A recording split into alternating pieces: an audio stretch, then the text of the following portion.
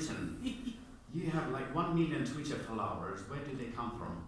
Well, my 1 million Twitter followers, I don't buy them. They aren't from Putin. They're not from Russia. They're not from any other funding sources that people imagine. I think the reason I have 1 million followers on Twitter and more supporters in the street is because when you keep someone quiet, when you try and silence someone, typically it's like pushing down on a seesaw and they get louder. And I always say to the left, to the globalists, to the hugger migrants, to the LGBTQPRSTUV, massive, you are Frankenstein and I am your monster and you made me louder. And that's glorious, and it really annoys them that I have that much support. And it really annoys them that Twitter won't ban me either. So how much do you know about these people that follow you, other than there's Putin and stuff?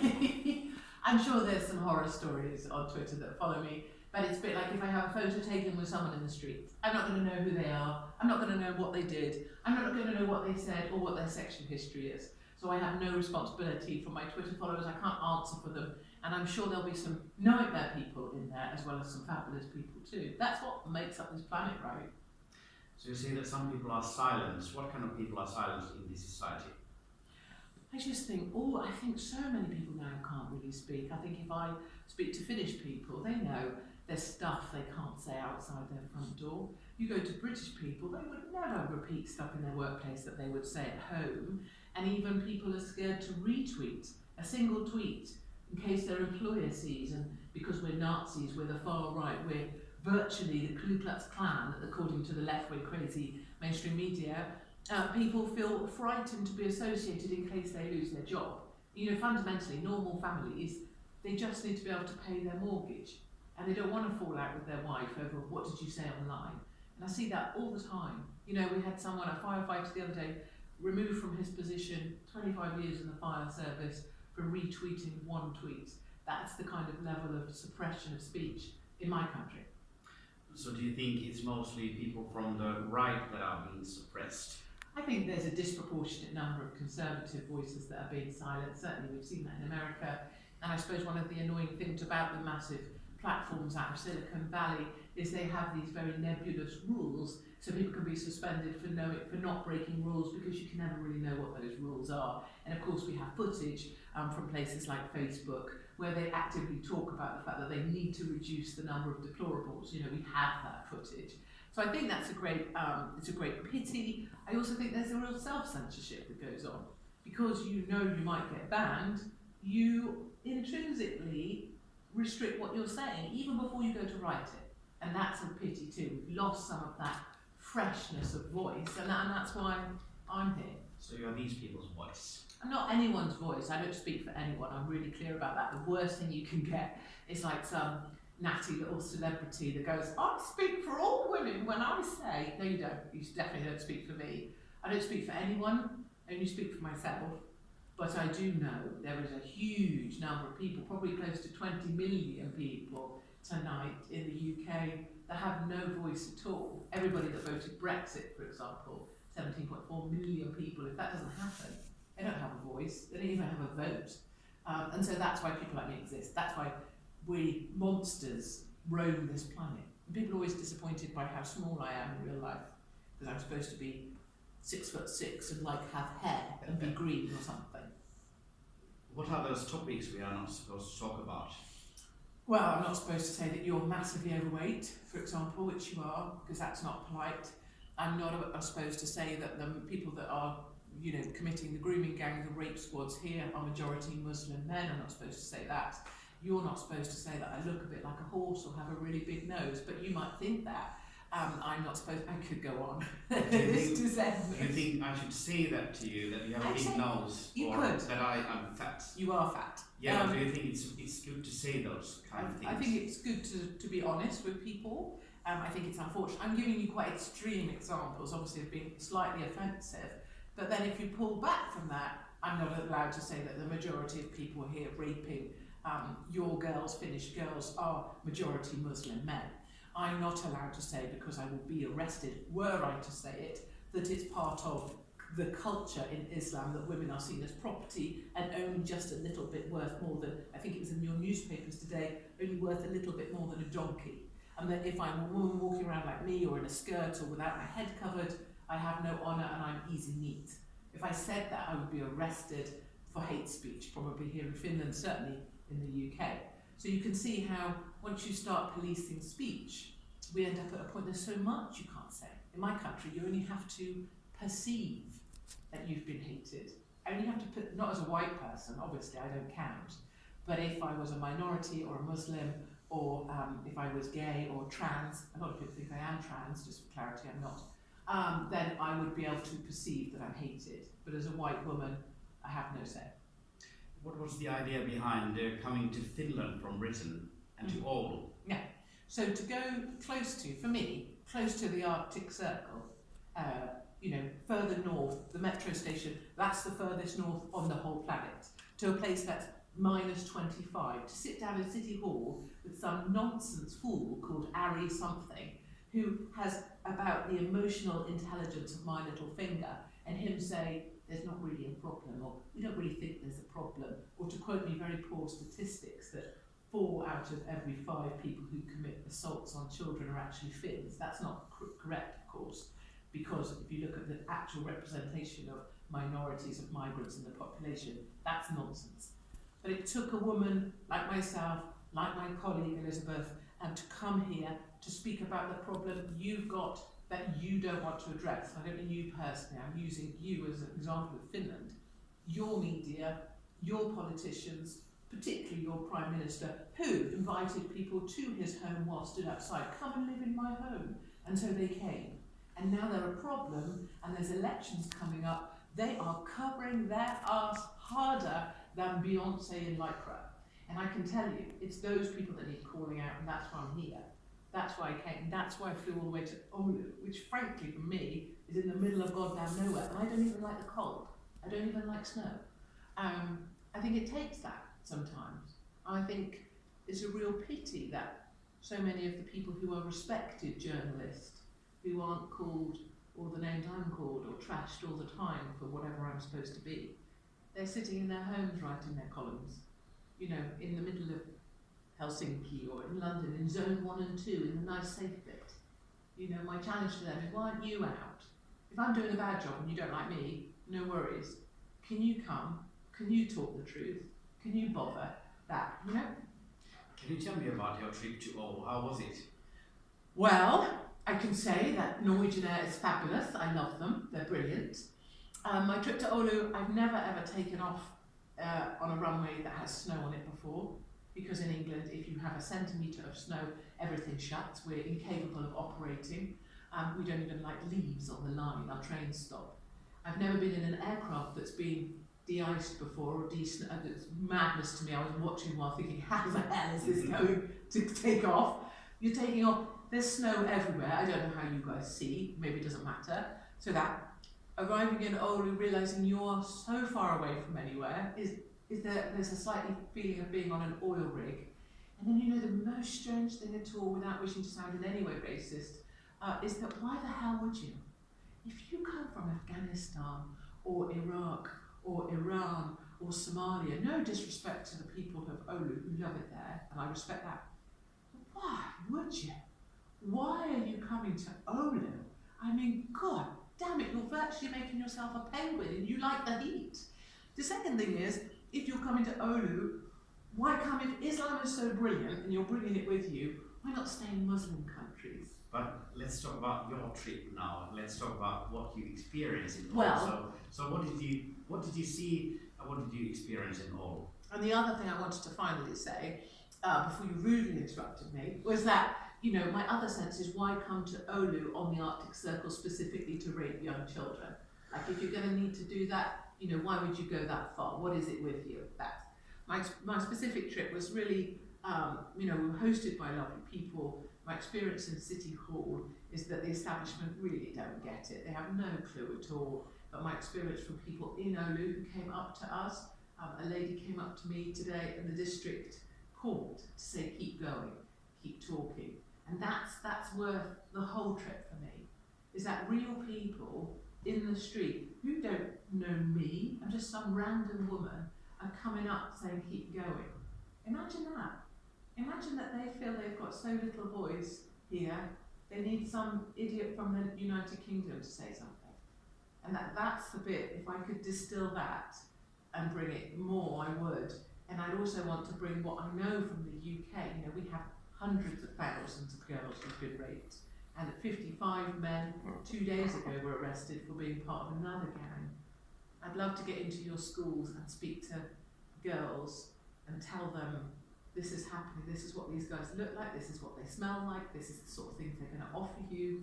Remember, this is where they're trying to get you to, and explain to them.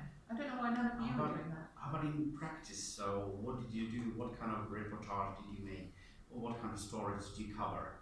Well, you will have seen the stories we covered. I've just explained that we went to City Hall, that we walked around to talk to the local people of Oulu, that we went to the mall to understand where it is these gangs are hanging out, that they're trying to hook these girls in. I'm not entirely sure of the question you're trying to get to, but I'm definitely trying to answer obviously it. my viewers, they haven't all seen your stories, your footage. Well, that's outrageous. Your viewers need to get a grip. Yes, so At if you can just explain Katie Hopkins, they can just look it up. Yes. My reportage is about trying to go to Oulu and asking and asking why no one is talking about this problem. My reportage is standing, talking to the camera to ask, why is no one speaking about this? Where are the police? Why are you only now speaking about it, and why has no one been speaking about it before? My reportage is to any camera that we can get this message out there to say, this simply isn't good enough. Do you know how big a problem you've got? If that's what I'm doing, I'd really like it if your viewers took some time to see, because I think it's helpful. And I also did an interview with your state broadcaster. What are they called? Ule, that's we. YLE, is that you? That's right. So your state broadcaster, I guess is similar to our BBC. It's a sort of propaganda machine. But in North Korea, they get their propaganda for free. I don't know if taxpayers have to pay for your services. Oh yes, that's So obvious. YLE, is that what you're called? That's right. You came and did an interview there. I guess a specific agenda. I don't think the interview was shown. But I guess that's part of what you guys do. Is taxpayers are paying for all this, like they paid for someone to turn up at City Hall, and you just don't show it because I guess it doesn't fit what you want to say. So, you know, it's quite a lot of expense for Finnish people not to get the truth. So I suppose I would ask people like you, like your editors, you know, for me, we had this in the UK, those editors, your editor, your series producer, the person further up the chain, they're complicit in the grooming gangs in your country. Oulu has been called the rape capital of Finland. And any producer who doesn't want to have that spoken about, to me, is complicit in the grooming gang, so it's a charge I put directly to your series producer. So what do you say to those people who think that you're just provoking more hatred towards people who More come hatred? here? Well, Yes. what hatred is there? More hatred towards immigrants. What hatred is there? Because if you say that they are raping, that they are. I'm not saying they're because of raping. that. You said more hatred. I'm asking you, what hatred is there already? Well, there is quite a lot of hatred already. Why is there hatred already? Well, now you are interviewing. Yes, I am. Why is there hatred already? There is hatred Why? Against immigrants. Why? I'm not going to answer that question. Why I'd not? like you to answer. You said there was hatred. Yeah. Just answer one question. I won't answer any more questions if you don't answer. Okay. Well, my question is this. My question is, why is there to those hatred? people? You haven't answered my question. You have to answer my one question or I'm not answering any more. Why is there hatred to migrants? Now you're really awkward. No, I'm not going to say. I'm not going to Well, then I'm not going to answer anymore. No, I mean it. Well, but what would you say No, to I'm those not people? going to answer any more questions. I'm not asking you that same question. No, I'm asking you, why is there hatred? One simple question, why is there hatred towards migrants? I'm asking you. Well, you're obviously really awkward. You've been thinking about this question a lot, and I'm still I'm the asking one who is making this story, so can we just keep our roles here so that I would like to ask you, what would you say Okay, so to those clearly, people? let's just make a clear statement here that will be edited out. You don't want to speak about why there's hatred to migrants. It's a point you brought up. No, I'm going to finish this. It's a point you brought up. You don't want to talk about it. That's the state broadcaster who's supposed to be non-biased, non-political. Why am I here? Am I in any way what would you say? You're saying, why is there more hatred? So obviously you're saying there's a layer of hatred to migrants already. I'm not saying that they're raping. I'm quoting police reports that show migrants are raping. I'm quoting police reports that show today a man was locked up for 4 years, 10 months for 8 assaults on children here in Helsinki, and you guys have not reported it at all. You didn't report his arrest, his charge, nothing. Well, that's First not time it quite hit the true. press today. Correct That's me. not quite true. Please correct me. Well, I was a producer for a program that we talked about 1 hour in a direct show at the best prime time about this topic, this The particular topic. You talked about this one gentleman, 4 years, 10 months. You talked about him. No, No. I'm talking about these old cases. Okay, Yes. fine. Well, it's here in Helsinki. 1 hour best Here prime in time. Helsinki. I'm not stirring up anything. I'm quoting police reports, and I'm trying to bring you knowledge from the UK that says you are the tip of the iceberg. If Oulu is the rape capital, Helsinki will be next, and your other towns are shortly thereafter to follow. And every single time it's been the media that is complicit in the cover-up of this, and it always strikes me how many people must be the ones saying, oh no, we won't talk about that. I think it's a real shame. I also think it's interesting how awkward you are when asked a question. Well, that's because we kind of switched the roles here. No, we didn't switch. Well, You well, said see, journalist you're to a journalist. Yeah, I'm You're a journalist. journalist, and when you're interviewing people, then you ask questions, and those people answer the questions. That's usually the roles that are kind of given. I was asking you for the interview, so now you are my interview partner, and that's why I'm asking the questions. If that's okay for you, yeah. But do you think you could answer this question? What would you say to those people that claim that your actions create more hatred against No problem at all. No Yes. problem at all. If you think I create more hatred, obviously you discussed already that you believe as the state broadcaster there is hatred. If you think I create more hatred, no problem. You think I'm an Islamophobe, no problem. You think I'm a racist, no problem at all. I'm not saying those. No, you're not, but we're discussing people who think these things. Yes. Of course, you have no opinions on anything. If you want to call me any of those things, no problem at all. I accept all of your labels. Okay, great. So now I've accepted what you think of me. Now can we talk about the facts? Now can we talk about the fact that in Oulu there were 16 cases? Now can we talk about the fact you agreed that migration was, I'm talking about Finnish people, not you. You agreed migration was a great thing. We all have to hug the migrants. And now these migrants are attacking your daughter. Tell me, please, your audience, who's the priority? Is a Finnish girl at the age of 10 a victim in Oulu your priority? Or are the international children of the world your priority? I need you to decide which of those two it is. Because I've got a funny feeling people in Finland want to make their daughters a priority. And if that's the case, you need to address your policy on migrants. Do not take any more migrants. Do not accept your €10,000 bribe as you are from the European Union to take more of these people, because you need to put your children first. I'm a super proud nationalist. I'm a super proud Brit, and I will put British people first. And I implore your viewers to think about putting Finnish people first and to be proud about that. So yeah, sure, I'll take the labels every day. You have met some people also here in Finland that probably think a bit like you, so Yeah. are you kind of like creating some kind of network Yeah. so that you are stronger together? What's an evil empire? Populist. Exactly. Yeah, people always say that. They're like, ooh, she's funded by Bannon, she's funded by Putin, she's funded by Sputnik, she's funded by RT. Who's she funded by? I don't know. Must be the Jews. This is the craziness of it. I think what's such a joy being here in the Parliament building, spending time with Lara, who I think is phenomenal. I love her. She's a mother, so she really gets it in the way that your politicians don't, particularly the mayor of Oulu, who doesn't have children, she doesn't really understand. The thing I love about being here, and I love about Europe right now, is this surging populist movement. You know, it's fantastic. So Salvini, his numbers are phenomenal. You'll know he's just been in Poland working together to have some kind of alliance of people willing to stand up for our Judeo-Christian heritage. I think it's fantastic. I was in Bavaria for the recent elections in Germany watching Merkel get her arse completely kicked, another childless person, which was just simply a joy. And I think it's fabulous that the Swedish Democrats did so well, and I think there were some curious things that went on polling night. I think actually they polled far higher. This populist surging force in Europe is brilliant. It's a tipping point. And what's fantastic here in Finland is that the Finns party are about to blow their way through the polls, and more of your state media propaganda, we'll have to talk about them. And I love that. It makes me, it brings joy to my heart.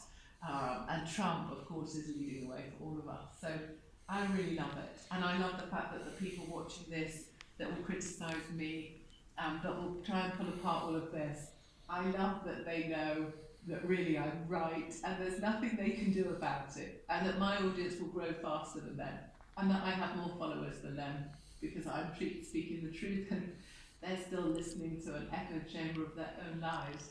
So I welcome them to join this team, join the winning team. So when is the day that you pop the 1 million limit? Oh, well, I think Twitter has done a pretty good job of keeping my followers. We've seen followers disappear. There's been kind of limits on my account. There's, all sorts of, the control mechanisms they have. They can shadow ban you. Maybe I'll never make it because it wouldn't be too good if Katie got 1 million followers. But, most of my videos, the video I did on the asylum seekers the other day, they get £35 a week. Your asylum seekers here, they get 300 euros a week. As a single mother, and their children get 200 euros, a month, 200 euros a month just for being here. Anyway, my last video got 1 million views and was shared by 4.5 million people. So it's not really the number of followers that show themselves, it's the followers that follow but they can't be seen to follow. So that's about 4 million people most of my videos get to. So I think that's an exciting number. And I think I've got a role to play in helping keep pushing all the people on our team. I encourage your viewers to come on our team, speaking the truth. I think, we've got a really important role to play. You could even be on my team. If you lost a bit of weight, had some opinions, you could be on my team too. Okay, thank you very much, Katie. Totally my pleasure. Totally.